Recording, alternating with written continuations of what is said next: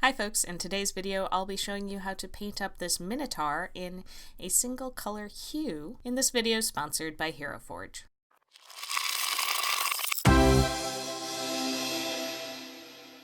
So we ordered up this mini from Hero Forge in the plastic, and he is a extra large mini. So we're going to start off with the body, and I'm going to base this in with Dryad bark. Just doing a nice even color over the whole thing. Now we also ordered this right before they offered the furred body option, so that's something you might look at. I really like that for the animal folks. So here we've got the whole basing option in, but I also, cow maybe has a little bit shorter fur, so that works. And to add in some of that fur texture, I'm dry brushing Doombull Brown on. So I'm actually going to dry brush a couple of layers of this. I did 2 layers of this Doombull, and then I'm going to go in and do another layer in a different color. I find that that helps give fur a little bit more depth because, it's usually not just 2 colors, and dry brushing gives it a little bit of that nice texture. So before I get on to too much more of the fur, I'm going to paint in the eyes. So I'm just using dead white. This is usually how I do eyes. I paint in most of the face, come back in and paint the whites of the eyes, and then I'll go with a very, very small brush and paint the pupil on. I unfortunately forgot to hit record on that for this one, sorry. And then I will go back in with the base color or skin tone, whatever it is, and clean up the eyes, essentially like painting on the eyelids. As I'm painting in the pupils, there's any bleed over, that kind of cleans it up. I also painted the teeth, and now I'm going back in with Skrag Brown and adding more texture, more color to that fur. When I was picking out the paints for this mini, I tried to keep everything in kind of an orange hue, just as a fun. Sometimes you want to have a miniature that has a whole bunch of different colors, but you can also make a really cohesive miniature with sticking in kind of one color. So this I tried to, everything had a little bit of an orange or a warm tone to it. And I just, in the different tones, that's how I brought out the different parts of the mini. So I'm going back in with the Dryad bark, just very carefully kind of cleaning up the whites of the eyes. I also find that using that darker tone kind of helps make the eyes pop a little bit more. And so here you can see I painted the pupils in. Now I'm going back in with Skrag Brown and just picking up a few details on the face, really bringing out some of the sculpt. So painting in like the cheekbones, that forehead and nose, hitting the tops of the ears. And also on the cheekbones, if you kind of make the video full screen, you might be able to see it. I feathered it a little bit just to give it a little bit of that fur look to it. So, it's not quite as, I'm not doing wet blending or really doing lots of light layers, but letting the paint add a little bit of that interest in texture to accentuate the texture of the mini. And keeping in with the colors, I'm painting Skrag Brown as the base for the hair, the hair on the top of the head as well as the tip of the tail. So kind of keeping it all in the same theme, using a lot of the same colors, but changing up, what the base color is, and that kind of makes a big difference. So I'll just paint in this whole thing and hit the tail. And you can see I'm kind of covering up where some of that dry brushing got on the hair. That's why I like starting with bigger parts that I'm dry brushing, because I don't have to worry as much about cleaning it up. And now I'm coming back in with Golgfag Brown and just lightly dry brushing the tail and the hair.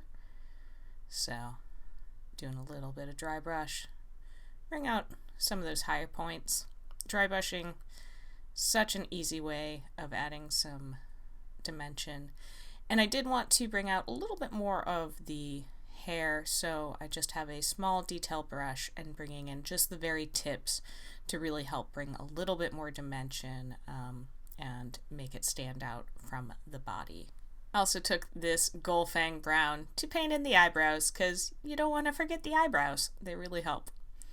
Alright, so now I'm going to paint in all of the armor and the pants with Jokaero Orange. Am I saying that right? Not sure. Again, keeping in that same kind of orange, warm hues, but bringing it up a little bit. This is definitely a brighter color than the colors that I used on the body, so contrasting with the body. And I'm going to paint all of this shoulder pauldron. I'm going to paint the wrist guard, and I'll also paint the pants, all with the same color. And it will be in the layering and the shades that I add a little bit of differences between them. So you can see that's all painted up nice and dry.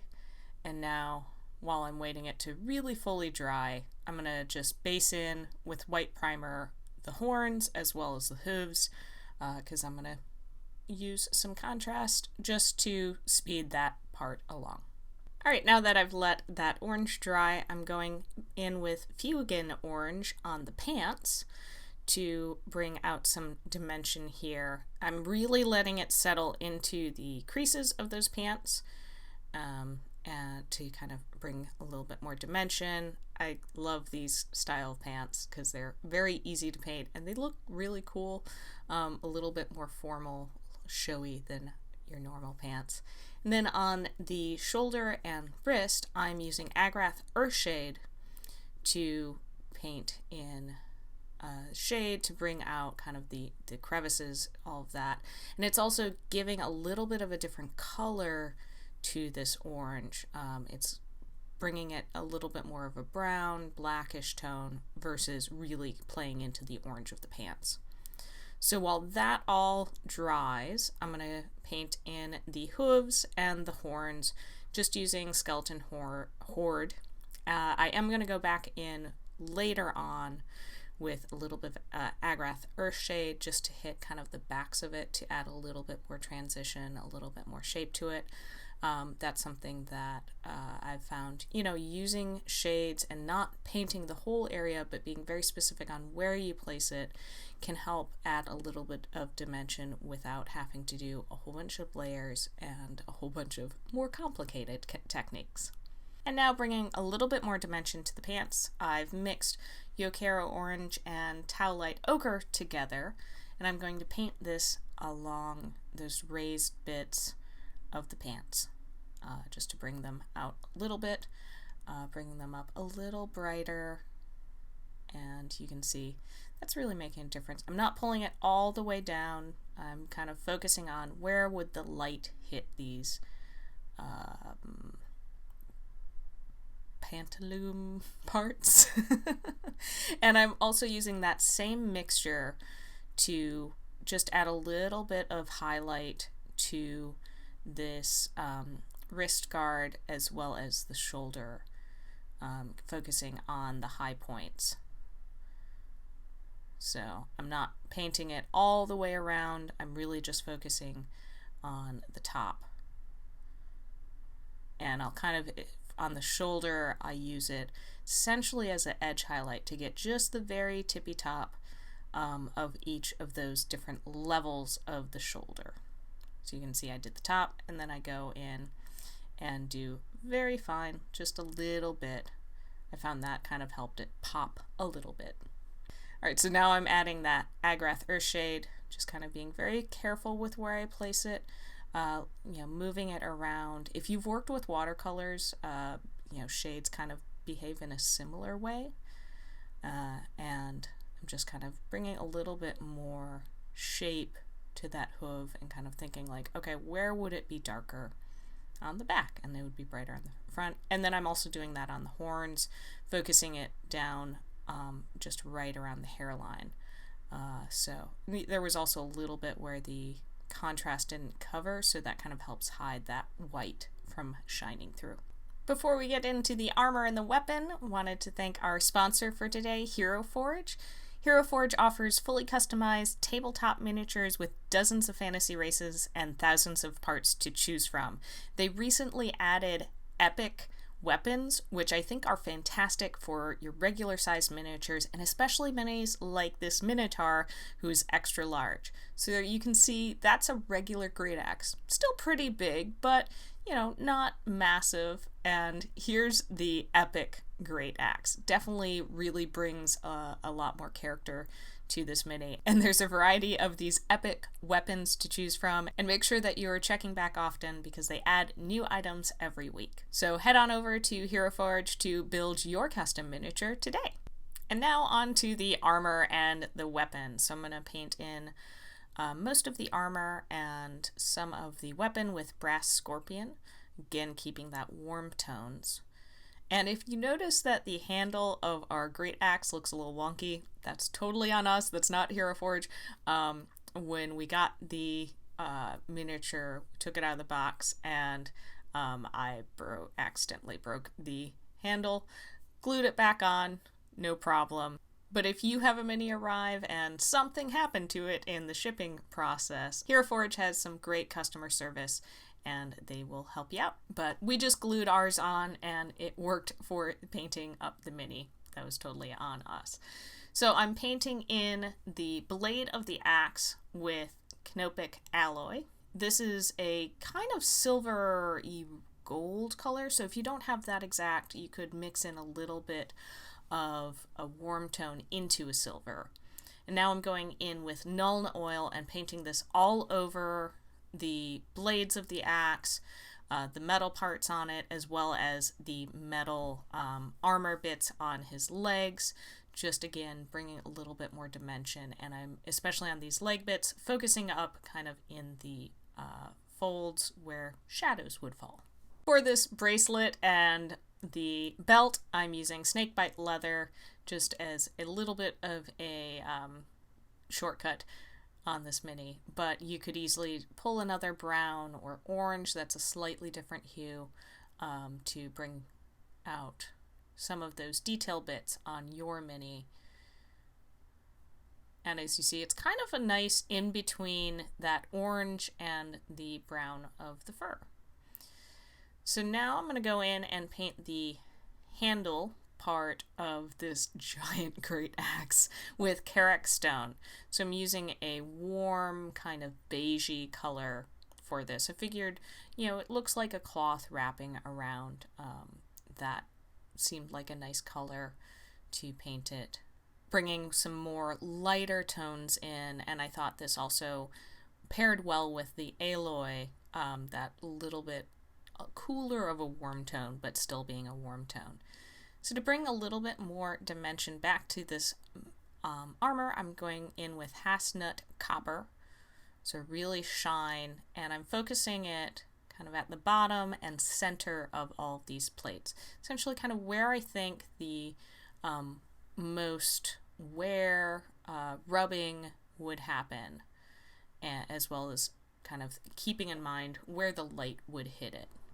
I am using metallic paints, so those will do some of the work for you as far as like catching the light and all of that. I'm also going to paint it along the high raised parts of that handle of the axe. To bring out these little accent bits, I'm just going in with Auric Armor Gold, so I'm going to hit all of the little knobs on the armor and the legs, as well as I'll get the knobs on the axe. And to add a little bit of dimension to that wrap, just going in with Agrax Earthshade. I'm not spending a whole lot of time on this, but shade can do a whole lot. And finally, we'll hit the base. I'm using Towelite Ochre, again using a color I already used, and I'm going to paint in all of this bamboo floor. I really like the bamboo base option. It gives some fun character to your minis. And once I let that fully dry, I'm going back in with Snakebite leather and painting this on. It gave it a really nice, worn brown bamboo look, really bringing out the texture in that base.